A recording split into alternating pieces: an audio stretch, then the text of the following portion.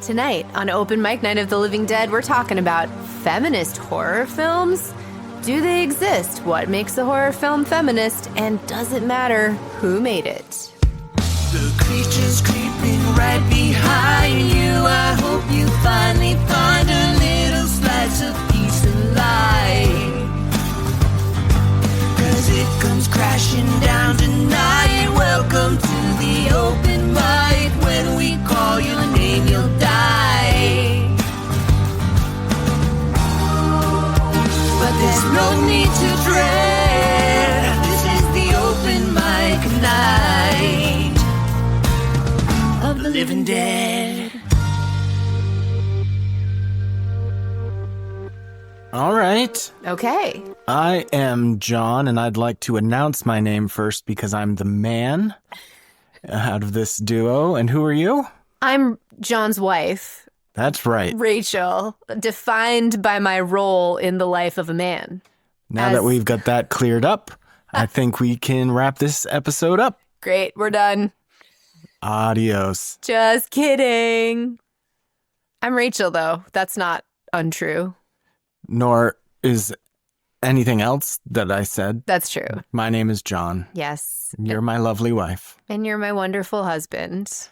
And you're right. We're talking about horror feminist films, feminist horror films. Yeah.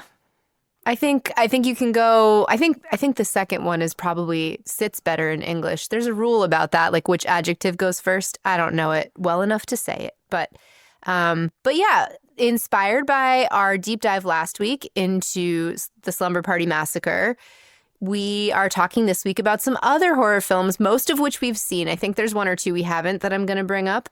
But last week's film, of course, written by Rita Mae Brown, a second wave feminist icon, and directed by a woman, kind of a mix between satire and exploitation, but looked at after it came out, claimed by feminism anyway. So I think we touched on some of this last week, but there's a lot of movies that we've watched that we can kind of look at through this lens. Yes, and I am officially putting you in charge of this episode because, you know, while I am usually the last person to be in the position to talk about any sort of themes, this one, I'm even less qualified given our differences. That's fair. You mean that you're not a woman?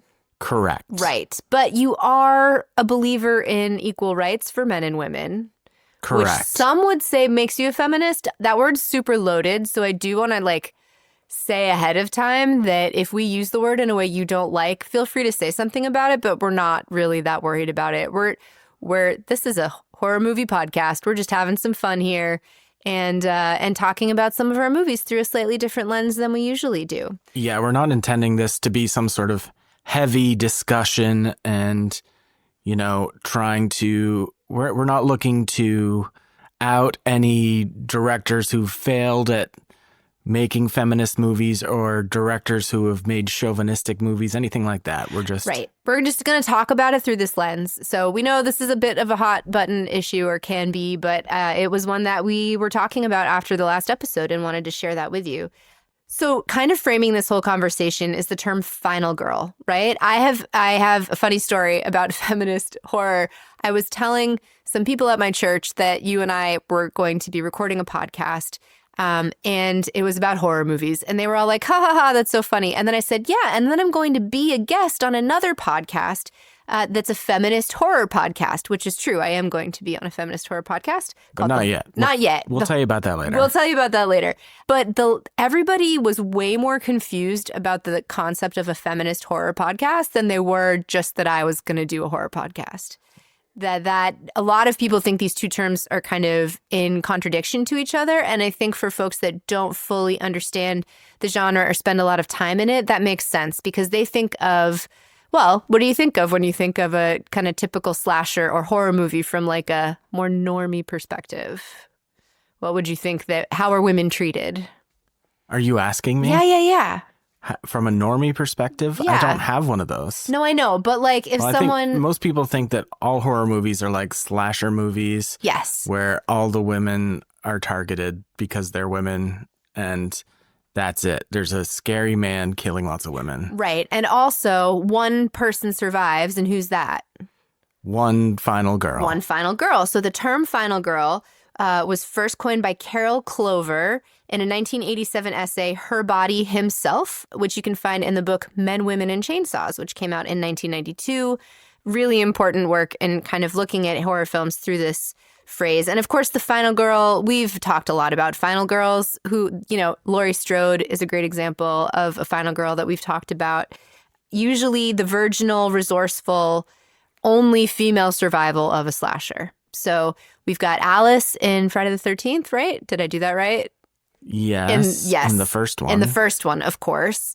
Who are some other final girls that we've seen? Sally is in Texas Chainsaw Massacre. We haven't covered that yet. But Right. What other movies? Scream, we have Sydney. Of course. The Descent, arguable whether there's one, but we're going to get to The Descent. Yep. Whether she's actually a final girl. Anyway, I just wanted to kind of frame the conversation that way because final girl is going to kind of come up in a lot of these. Actually, let's start with The Descent. We covered The Descent a few months ago now. I don't know what time is anymore, but a few episodes back, we covered The Descent, written and directed by Neil Marshall, cinematographer Sam McCurdy, with an all-female cast. We're going to try to keep this spoiler light. That might be difficult, though. So if you're very spoiler sensitive, just be aware that we may hit on some things. We'll try, though. Yeah, and you can look in the bookmarks. It'll probably be divided into the different movies. I'll split it into movies, so if you need to skip to the next chapter, you can.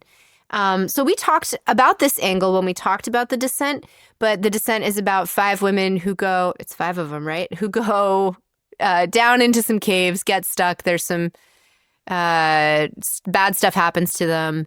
And it's really, really intense. It's a cool movie because, especially at the time in 2005, to have an all-female cast was not normal. And also, though, this was written by a man and directed by a man. Even though it was created by a man, the male gaze is absent. So the male gaze are like men looking at women kind of as objects, as sexual objects. There's no men in the cave. The women are alone there. And so... Yeah, unless you want to count some of the people they encounter. I guess you could. Friendly. Spoiler friendly, but they're not looking at the women as sexual objects. Right. Right? So that male gaze that is so present, not just in horror movies, but in general in movies and television, the women's bodies are not there as sexual objects. They exist in terms of what they can do and what they can endure, not how they look. And the real horror is the relationships in the movie. I mean, and, some of the other things that they find in the caves. But there's a lot of emotional and relationship horror in the movie. The kind of the fracturing of female friendship, which is very, very different. We don't see that in a lot of movies. We honestly don't even see a ton of, well, actually, I was going to say we don't see a lot of female friendship in movies, but we've seen some movies that have some great portrayals of female friendship. We've talked about in Halloween that the dialogue specifically was written by a woman, right? By John Carpenter's writing partner. Yeah, I think there's lots of great portrayals of female friendship, especially in these kinds of movies. I think going back to what the normie perspective, I think that the normie, from my perspective, the monster man killing lots of women is more normal in real life than some of the horror movies we're watching. But yeah. But the question is something like The Descent technically a feminist film, or is it feminist friendly? Because does it tackle that theme specifically, or is it just because you have 5 strong women encountering frights and dangers in a cave and maybe or maybe not surviving? Like, does that make it a feminist film, or is it just feminist friendly? This is one of the questions. So I think this is a good time to bring in the concept of the Bechdel test. Bechdel test was created in 1985 by cartoonist Alison Bechdel. It's a film analysis tool. It measures the active presence of women in fiction. So the Bechdel test, something will pass the test if it has at least 2 women who have names who talk to each other about something other than a man. That's all. That's all it takes. And once you start looking for this, you will realize there are a lot of pieces of film and television that do not pass the test. So two named women who talk to each other about something other than a man. So The Descent does pass that test. Certainly. But is that enough? Is that enough to make something a feminist film? Nobody knows. Nobody knows. We're not here with answers. We're just here with questions and trivia. The other point in The Descent is that Marshall also included female monsters, which is interesting. Not just male, that there was kind of a community. And I think that is also really interesting. Do I think Marshall was trying to make a feminist film? I don't think so necessarily. The word didn't have the weight that it has now back in 2005. But I think he was creating a realistic world, and in realistic worlds, women exist. So, sorry, guys. Yeah, the only guy in that movie they killed right at the beginning. Oh, yeah. But he was still at the center of a lot of their conflict in some ways with the losses that Sarah had. And so that's another interesting question. But again, trying to avoid super spoilers, but very interesting movie to start with, The Descent. Well, and I was also thinking about a movie that we've watched but we haven't yet covered on the podcast. One that's I hold in high esteem is You're Next. Yes. Which was directed by Adam Wingard and written by Simon Barrett. It came out in 2011. And I usually watch this at least once a year, I'd say. Yeah, we watched this years, and we came to watch this close to when it came out, maybe 2014, 2015. This is a great movie.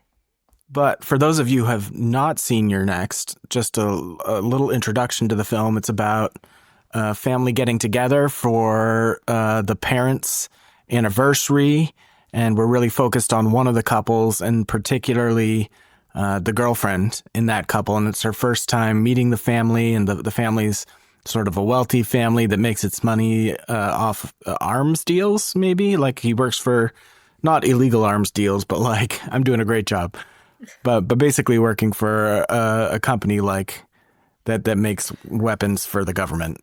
Right. And things go awry, as we always say. And again, fast forward if you don't want any spoilers. Yeah, I don't think we can talk about this one without spoilers. So, but our hero in this film, Erin, survives. Or does she? She does. I actually don't remember if at the very end she does or doesn't. I think she does. No, she does. And what's cool about Erin is that she is not a final girl in kind of the classic sense of the girl who is kind of studious, quiet, mousy, does good things, and then somehow survives. Erin is competent from the very beginning, and she is able to fight back against the bad guys in a way that with pre-existing skills that nobody knows that she has. Except they do set that foundation, which is important. That's right. They said it early on that she was raised on a survivalist farm, right? Commune. On a commune, right. Like her dad. Survivalist farm, just fighting chickens.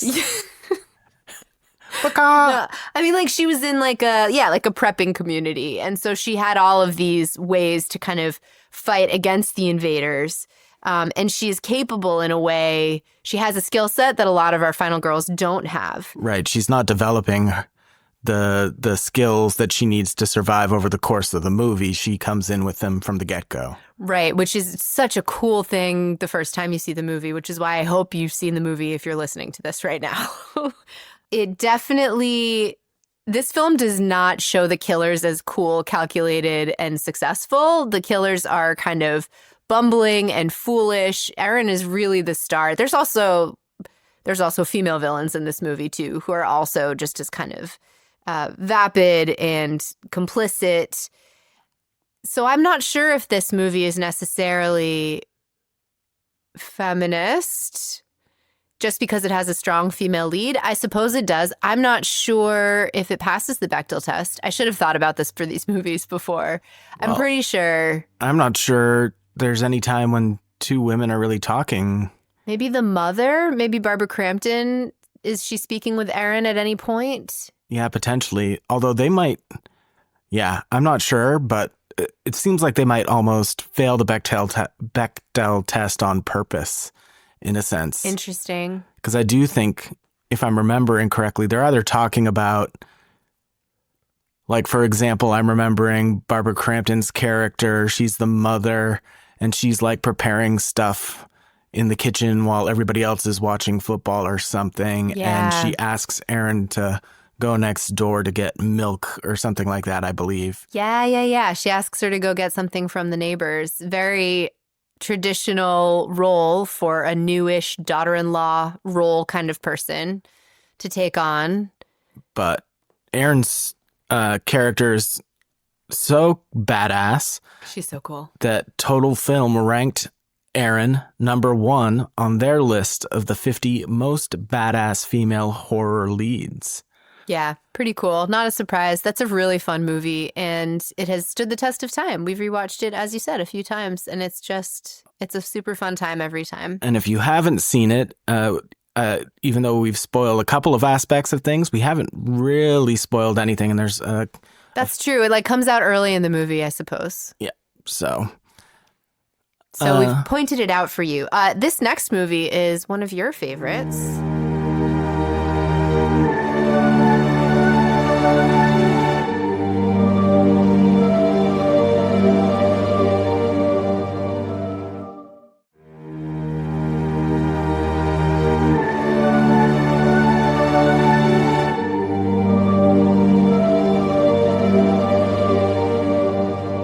I do really like this movie. It is Pearl, which is the second film in the X trilogy, directed and written by Ty West.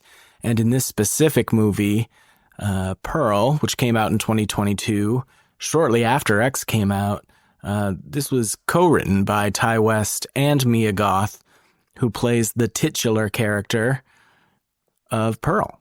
I'm not going to try to get into explaining the whole trilogy. Yeah, that seems like a lot. But Pearl follows basically the character who's introduced to us in X as sort of an old lady. Is that the Sort of an old lady? Yes.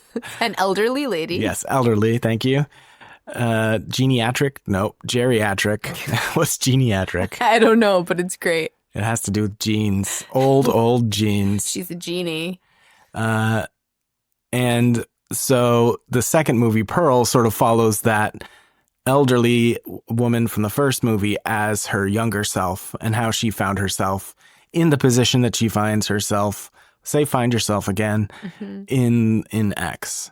So this is a really cool story about Pearl. I think this was my favorite of the trilogy, and I think a lot of it has to do with following Pearl's descent into madness. There's some really interesting there are some interesting academic pieces on this that I will link in the show notes if you're interested in doing some deep dives on this. But Pearl is centered. Her desire and her ambition and her pleasure, her relationships are centered. There's no shame in that. So the film shows us what women want and then what happens when society says that they're not allowed to have those wants. And the villain in this is Pearl versus Ruth, her mother. So sorry. Well, I guess Pearl does kind of turn into the villain, but Ruth is her mother who is kind of controlling her and keeping her from following her dreams. That women reinforcing patriarchy, damaging patriarchy on other women is a part of what has continued oppression and violence against women over the centuries. And so that is a key line running through this film. So yeah, I'll link a few articles about this movie. There was a few that are really kind of deep. There was one about Mary Wollstonecraft's Vindication of the Rights of Woman, which I read in undergrad, but is not something that I have heard mentioned since then. So, but it is really interesting that that book talks about women's descent into madness as a result of being deprived of reason and being confined by patriarchal domestic structures.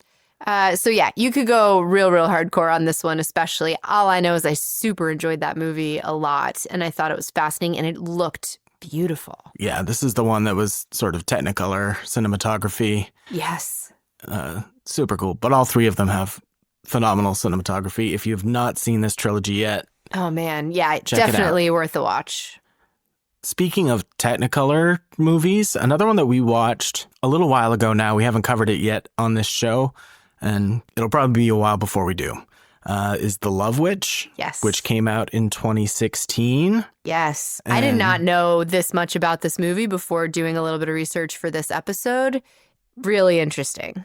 And it was basically all put together by Anna Biller? I would say Anna, but that's just me. She directed it, wrote it, produced it, edited it, Edited it. composed, did costume design, production design. Fairly low budget film from my understanding, though I don't know a ton about this film, except I've watched it twice now. Yeah, it looks real good. It was shot on 35 millimeter. And again, it sort of has that old school Technicolor look, although I think when does it take place? I think in like the 60s. Okay. It feels like a Giallo almost to me, like with the eye makeup and the dresses, the costumes. I mean, this movie is really, and I think this movie is, I didn't love this movie when we watched it. And I think it just didn't click for me that much. I also didn't know a lot about how it was made. And so earlier, in the beginning of this episode, I mentioned that, does it matter who makes a movie? If a man makes the movie, can it still be feminist? This is one of the cases where authorship is kind of a critical part of understanding the movie. So since Biller did everything, this is one of the most thoroughly single author films in modern horror. So every frame is a female eye creating a female gaze and the female actor on screen.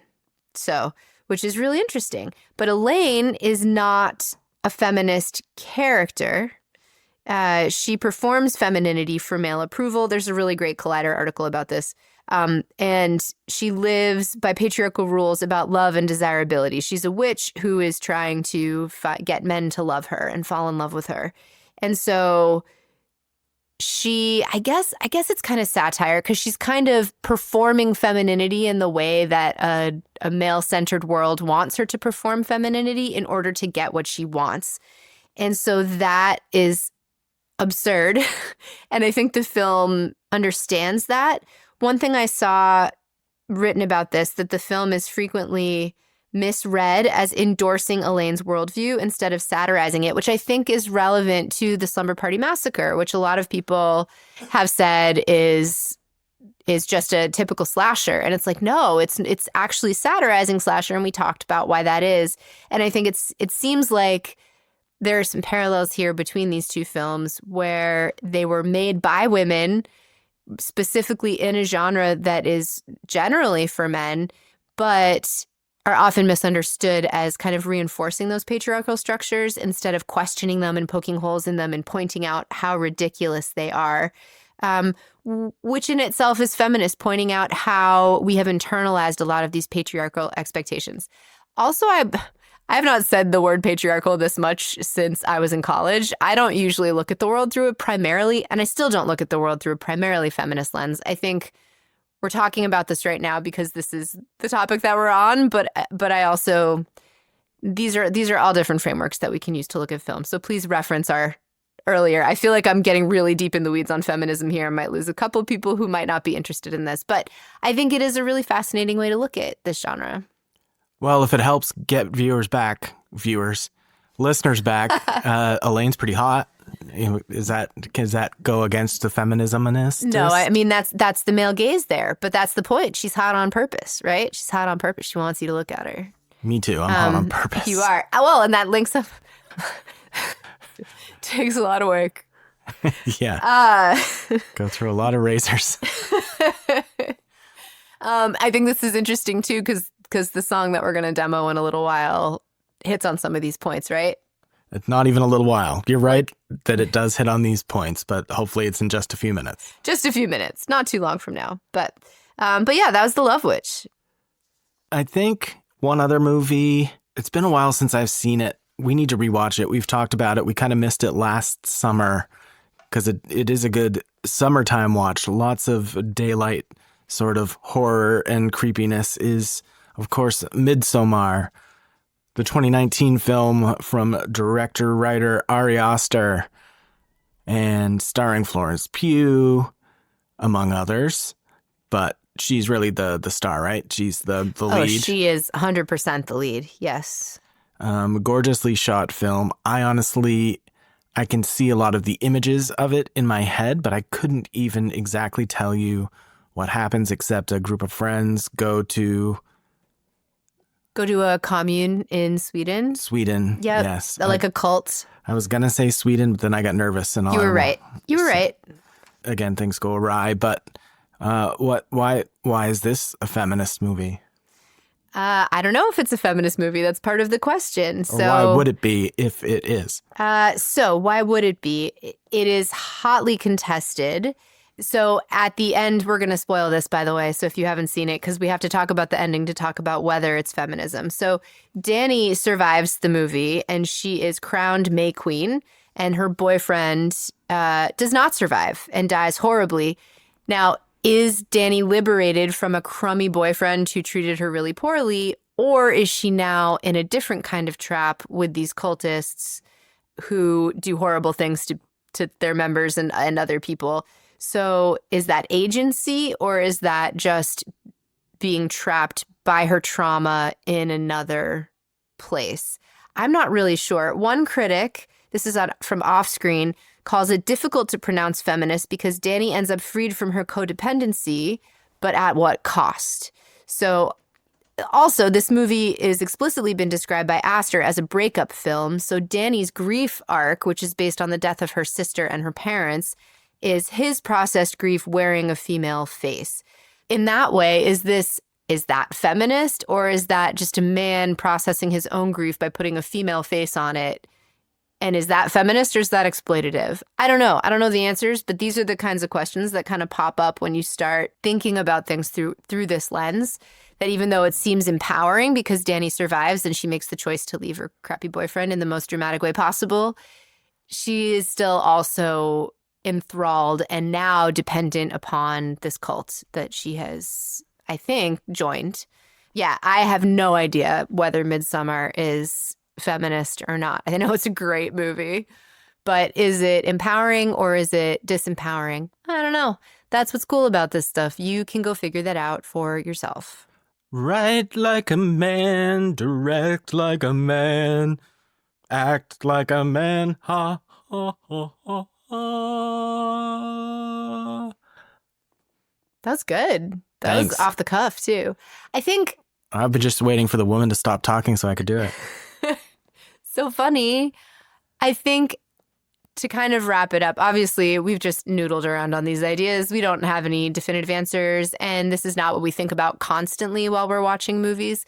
But I think one of the things, I know that when I'm watching a movie where there's a female lead and she basically is awesome because she's exactly like a man, that is less compelling to me than a woman who wins because she is herself and a female and is still able to do things. Does that make sense? So you're saying... So from that perspective, You're Next is less of a feminist film. Because argument being, like, if you take a woman and just give her a bunch of male attributes that she's strong and tough and beats people up, is that feminist? Or is that just idolizing masculinity and saying that that is the thing that's great? Or do you look at something like Midsommar, where Dani wins, I guess, but through her own, like, centering herself and her own experience as a woman, that is more empowering and lifting up of femininity in a male-centered society? I'm not really sure. I love movies where girls kick ass. Don't get me wrong. I mean, I'm thinking about Ripley in Alien. Yes. And how she basically tells everybody that we're all going to die unless we do these things, and then they do all die. Yep. Spoiler alert, or not die. I can tell you one thing, the cat lives. Unfortunately, I'm looking at a cat right now. Yeah. Literally over your shoulder. Oh, there she is. Got my eyes on you, space cat. No, there's no good answers here, man. And I don't think there's a movie that I'll look at and say that's too feminist or that's not feminist enough, right? Like, I think that's what we love about this genre, is that it asks us tricky questions. Actually, I think one we didn't talk about, but there's a few others we could have talked about that we didn't, like Carrie. Is that feminist? Alien, like you just brought up. Ready or Not and Ready or Not 2, both of those, which I'm not going to go too deep into. But well, then you have sort of the whole line of feminist revenge films like I Spit on Your Grave or Revenge. Yep. There's a lot of those in that genre as well. What's the one that I really like that I can never remember the name of by the person who directed The Substance? Revenge. That's Revenge. Yeah. Clearly I can't remember it even when you say it with your mouth. Which is cool. You should check that movie out. Yes. If you like that kind of thing. That is a really good movie. I love that movie. And I Spit on Your Grave is a little hard for me, but and Last House on the Left also very difficult to watch. But Revenge was really good. Well, all right. That's just a little food for thought. Something to think about. Let us know what you think in the comments. Be easy on us or not, but like we said, this is not too serious from our perspective. Yeah, if you're mean, we're just gonna probably ignore you. But if you engage, it doesn't mean you have to agree with us. If you engage in good faith, we will definitely discuss with you. I will let Rachel discuss with you. Yeah, I don't really care about being right. I just like having good conversations. So I'm happy to have conversations. But if you're mean, I'm not going to engage because I don't need that in my life. Thanks. Well, speaking of mean, here's the demo for Rachel's song from the Slumber Party Massacre week called You Want It.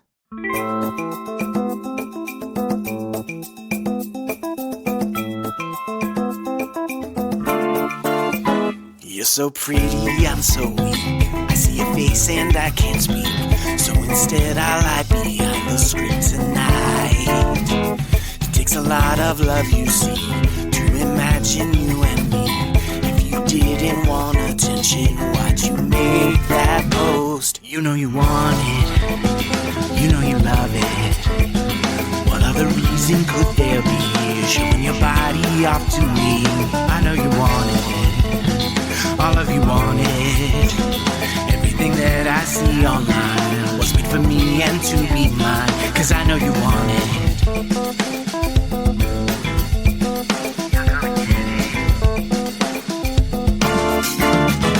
Never felt pretty, now I do. Doesn't mean this is for you. Me and my friends don't even know that you exist. It took a real long time for me to believe I deserve to be. There is a way to pay attention without dragging me. No, I don't want it. No, I don't love it. I know it's real hard to believe. This isn't for you, this is for me. So no, I don't want it. I don't think anyone wants this. Not everything that you see online needs you to comment or opine. No, I don't want it.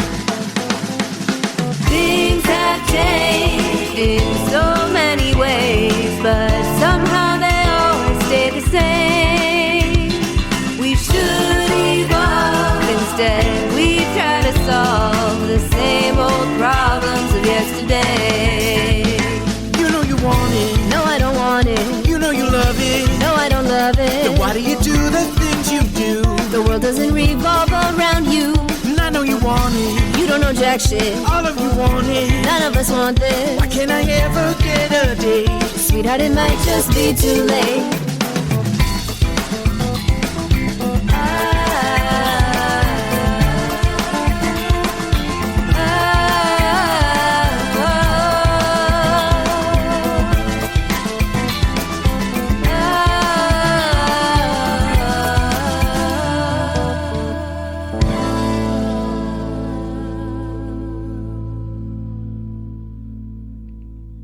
All right.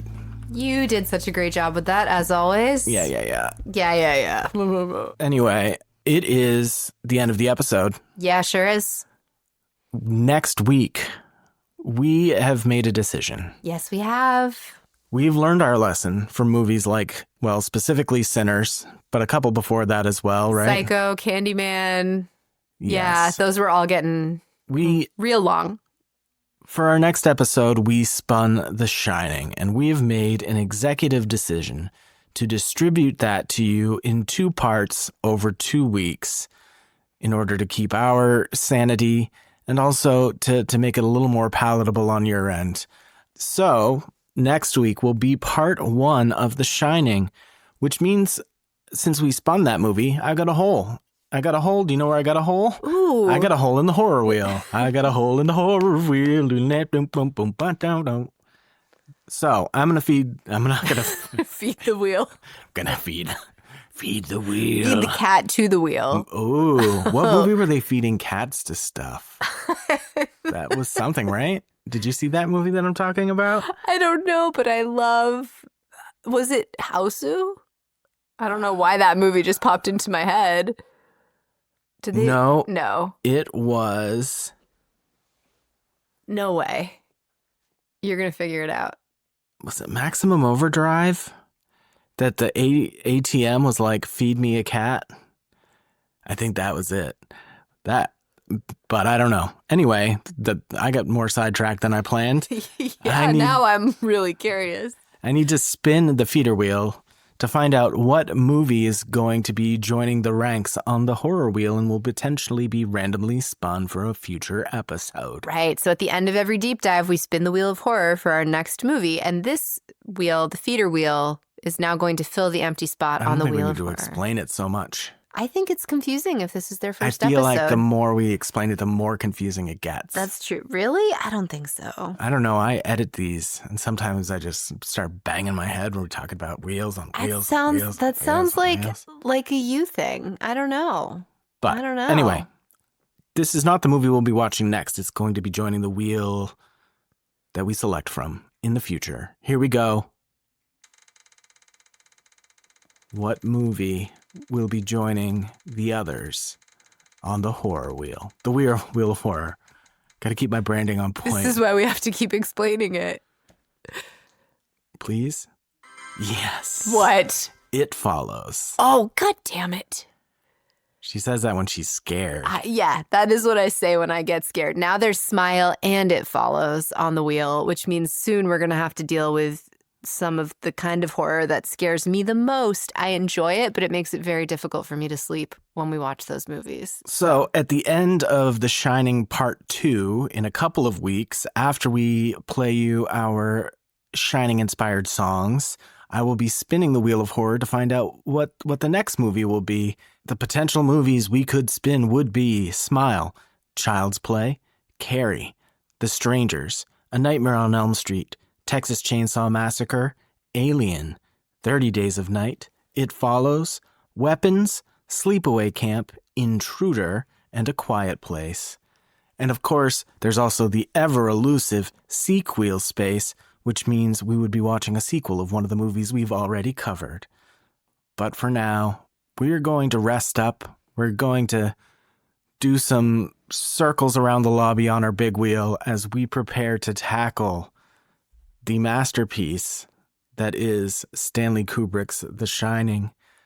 And we hope that you will join us next week for part 1 of that adventure.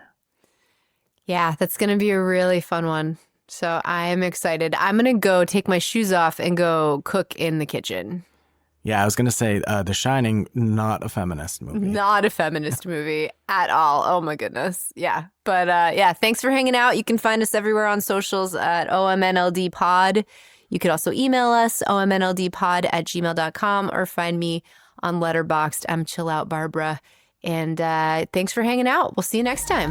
Bye-bye. See ya.